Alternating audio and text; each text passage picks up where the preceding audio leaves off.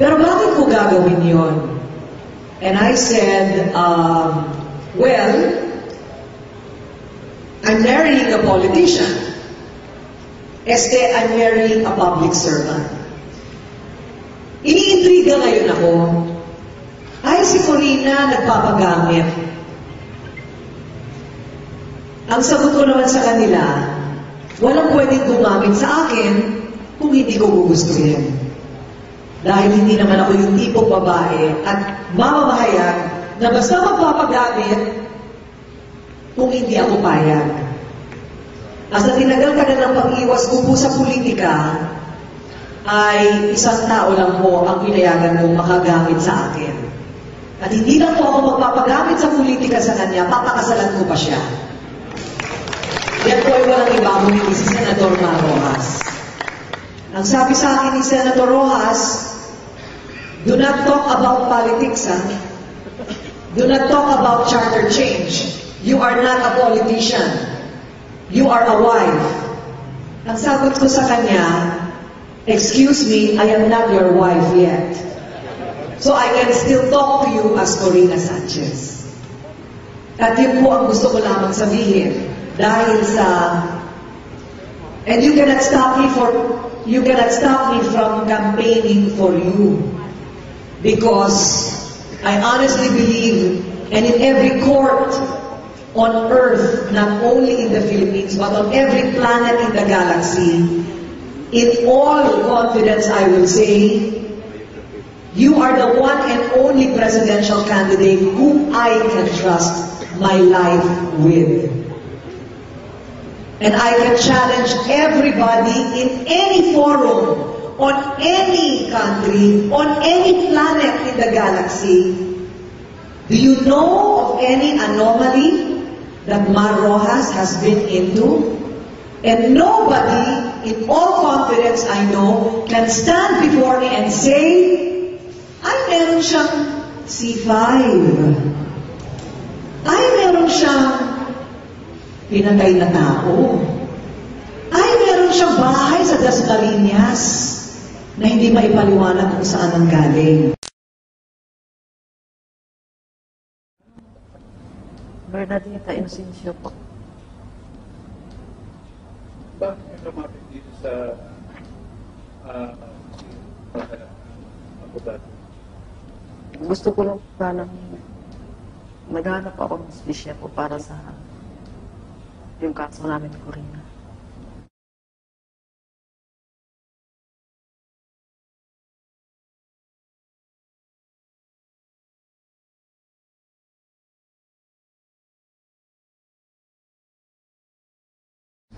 Kasi hindi naman ako nabugbog dahil sa trabaho. Nabugbog ako doon sa pag-boyfriend niya ng sabay-sabay. 3 po din kasi niya. Gano'ng katagal na trabaho? 4 months lang po. Doon sa loob ng 4 months na yun, sabi mo na namaltrato ka.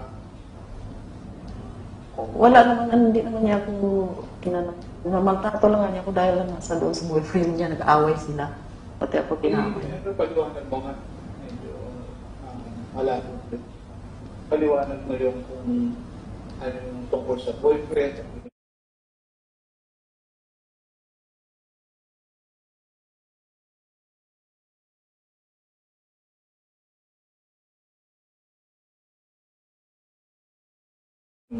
Kasi po si Paul Aquino, ano niya yan, ng ka-live-in partner niya po.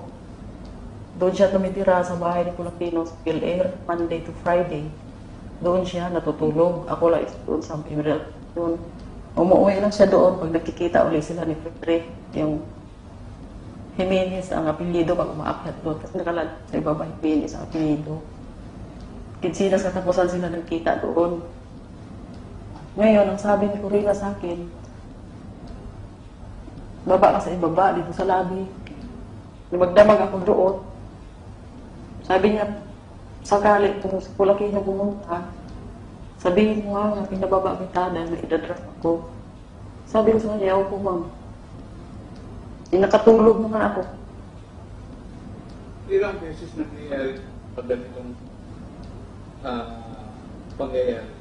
Pinapagbabakat, dumadating yung si Frederick doon. Maraming bisis po. Maraming bisis na kaso lang. Wala na siguro tiwala si Pulakino sa kanya. Sino na doon? Bali nagkita sila. Nakita man sila ni Frederick Jimenez. Tsaka ni Paul Aquino, nagkita sila.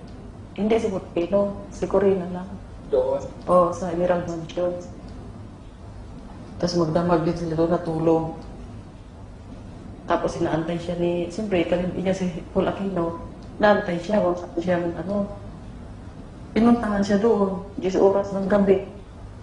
Pag niya, nakatulog ako, hindi ko nabatikan si Paul Aquino, akyat na pala. Pag akyat niya na sa taas, nakita niya yung kama. May may dalawang plato na doon, may mga alak, dalawang inuman alak, isa sila. Tapos may panty pa nakalukot sa kama. Di masama yung niya. Isip niya, si kalibin siya. Pagpasok, kinutusan niya ako sa dito. Sino nagpupusan niya? Si Paul Aquino. Ano sabi niya sa'yo? Sinungaling. Kasi pagtanggol ko sa akin, pala nakita na nasurvey na lahat doon sa kwarto. Tapos, ano niya? Yun, nangyari yun. Wala na, umuwi na muna siya doon sa kanilang Bel-Air nila, dyan sa bahay. Pagdating niya doon, si Corina doon na, sa Bel-Air. Balik tayo doon sa Bel-Air, yung pananakit sa'yo. I-detalye mo nga kung paano nangyari. Yung pananakit. Pananakit sa'yo doon sa Bel-Air. Yun nga, nag-away nga sila ni Paul Aquino. Hmm. Yung pag-away nila, ginagamit ng pangalan ko ni Paul Aquino na sinabi ni Edith ganyan. Yun. Yun lang narinig ko. Sabi ni Edith ganyan. Sabi niya. Yun, si Corina, agad, chinilas niya kagad, sinampal kagad sa mukha ko. Akala siguro niya, may kinuwin ko siguro, Paul Aquino, yun ang pag-akala siguro yun. Pero wala naman akong kinukwento kay Paul Aquino. Hindi niya alam na si Paul Aquino mismo ang nakaano sa kanya. Huli. Doon sa Emerald Mansion na nakita ni Paul Aquino. Tapos gumagamit lang siguro si Paul Aquino na ako. Hindi niya alam na pati ako madadamay dyan sa nila.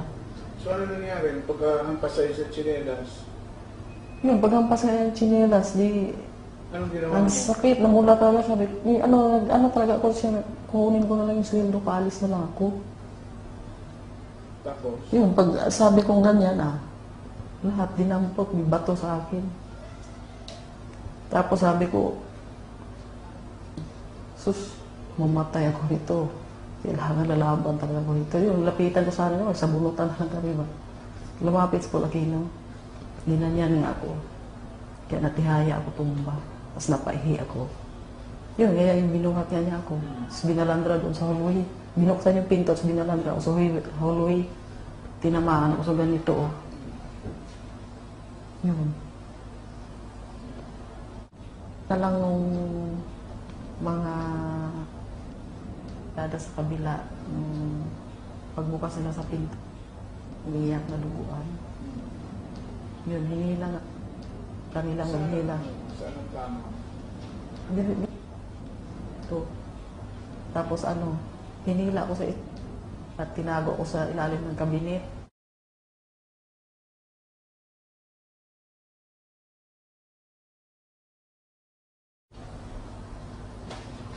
Pero, bayaran niya ako ng 2 milyon.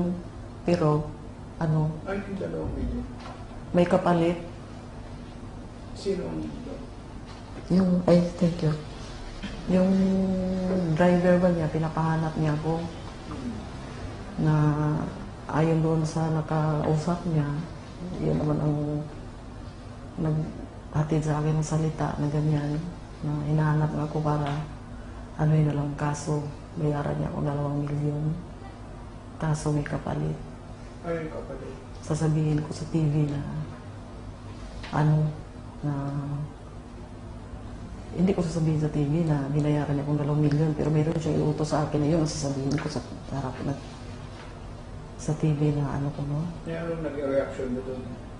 Nung nagsalita siya ng gano'n, bahala na wala akong 2 milyon. kahit na pobre akong tao, ayaw ko naman masabing magnanakaw ako. Ang sakit naman yung sabihin, para kung may sakit na kitong nun, okay lang na maghirap ako. Hindi naman ako sanay sa marami, hindi naman ako nasanay sa marami akong pera. Nasanay naman ako sa pera maliliit. At least, nabubuhay ko ng anak ko sa magandang paraan. Kay magkaroon ka ng maraming pera. Nya, buong mundo nakakaalam ang ganyan ka. Paano na yung mga kakilala ko? Ay, ganyan pala yung si ano. Ang galing naman niya, bahala na, wala akong pera. Parang sinasabi mo, ang kapalit ng 2 milyon, aaminin mo. Oo, aminin ko. Yung mga Oo. kasong inanin mo. Oo, sasabihin ko na ano, na patawarin mo ko Corina, nagawa ko yan, yung ginawa ko. Ganyan ma, parang anahon kanya nga, ang kinin ko ngayon, nakakaw ko yung mga ganyan. Hindi na bali. Total, hindi naman ako nangingilig, magkikita akong pera. Hindi mo ko sanay sa kahit marami akong pera, kahit wala akong pera, parehas pa rin ang ano ko, hindi.